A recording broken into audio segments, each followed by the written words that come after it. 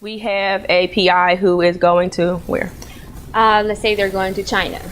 Okay. And we see that they booked a Chinese air carrier because they favor the air carrier.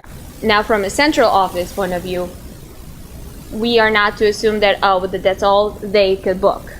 We have to do our due diligence that there was anything else available.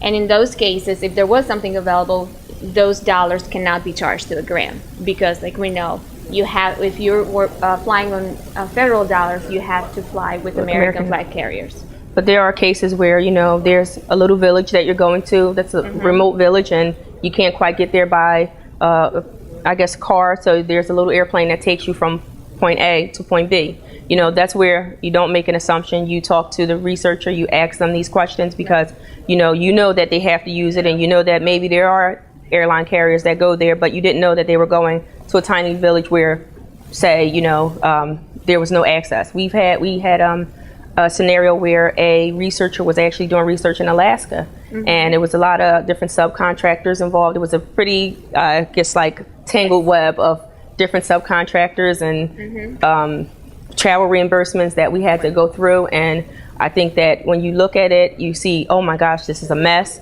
But as you peel back the layers, which is compliance, because it's a layered process, you see that talking to the PI, you found that these things were necessary. There were no other options. So if there are no other options, then this was already added into the language of the contract to say that I'm expected to use these carriers and I have to use this and I have to go here, then it's okay, because sometimes it's not going to be a way where you can use 100% American, or there is a small approved carrier that we can go through.